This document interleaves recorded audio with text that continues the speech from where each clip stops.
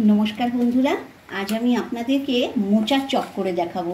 আজকে না প্রচণ্ড মানে ঠান্ডা আর বৃষ্টি পড়ছে প্রচণ্ড, তো এই সময় বিকেলবেলা মোচার চপ খেতে খুব ভালো লাগবে। তার জন্য আমি আপনাদেরকে মোচার চপের রেসিপিটা করে দেখাচ্ছি। এই দেখুন, আমি মোচাটাকে, মোচা মানে কলার ফুল, কলা গাছের ফুলকে মোচা বলে। এই মোচাটাকে আমি কুচি কুচি করে কেটে নিয়েছি।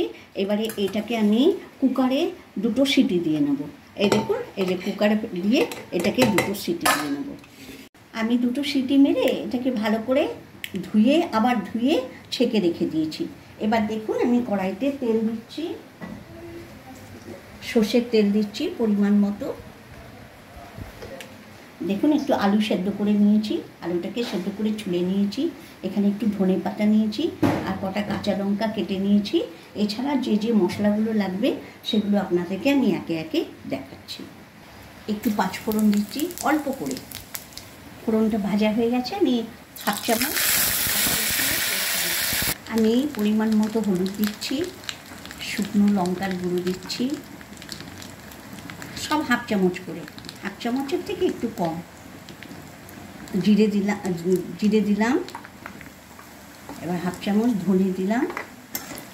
এবার আমি মোচাটা যে সেদ্ধ করে জল ঝরিয়ে রেখেছিলাম সেটা দিয়ে দিচ্ছি, দিয়ে এটাকে আমি ভাজা ভাজা করবো 5 মিনিট।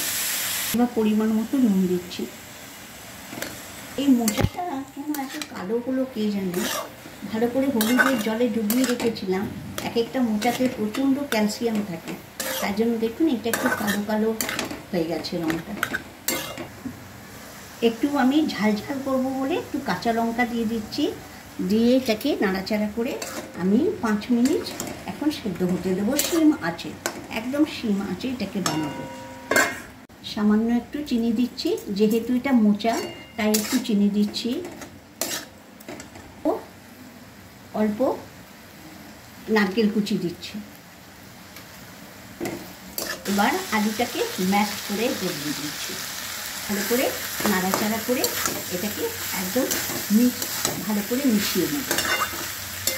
আমার বাড়িতে তৈরি করা একটু গরম মশলার গুঁড়ো দিয়ে দিলাম।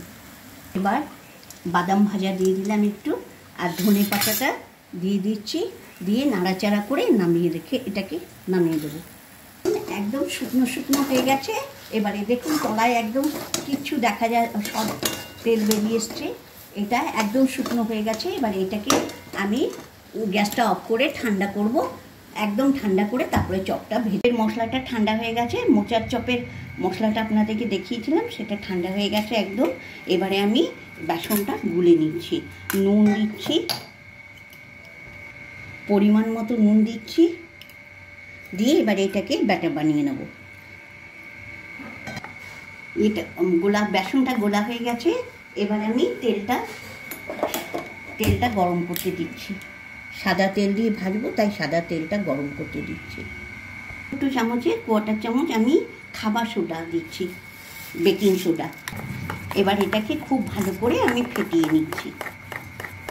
এইভাবে গোলা পাকিয়ে তারপরে হাতের তালুতে রেখে একটা চাপ দিলেই দেখুন চপের আকার হয়ে যাবে। দেখুন আমি বেকিং সোডাটা দিয়ে ভালো করে একদম ইয়ে করে নিয়েছি, দেখুন এই থিকনেসের থাকবে। এবারে আমি এটাকে ভেজে নেব। দেখুন এরকম ব্যাটারের মধ্যে এটাকে কোট করে এইভাবে ছেড়ে দেব। এইভাবে দেখুন ফুলে উঠেছে, সুন্দর কুরকুরে হবে। আর এভাবে আমি ভেজে নেব একদম ব্রাউন হওয়া পর্যন্ত।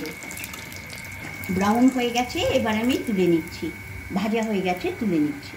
লাস্টে তেলটা কমে এসছে, তাই আমি একটা খালি ছেড়ে দেখাচ্ছি আপনাদেরকে, এটা সব থেকে সুন্দর আর ভালো হবে।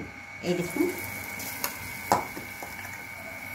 খুব ভালো হয়েছে, এটা ভাজাটা তুলে নিচ্ছি। আরে দেখুন কটা গোটা কাঁচা লঙ্কা, খুব ভালো লাগবে খেতে, ওই তেলের মধ্যে ভেজে নিচ্ছি। লঙ্কাটা ভাজা হয়ে গেছে, এবার নামিয়ে দিয়েছি। এবার আমি চপটাকে ডেকোরেট করে দিচ্ছি।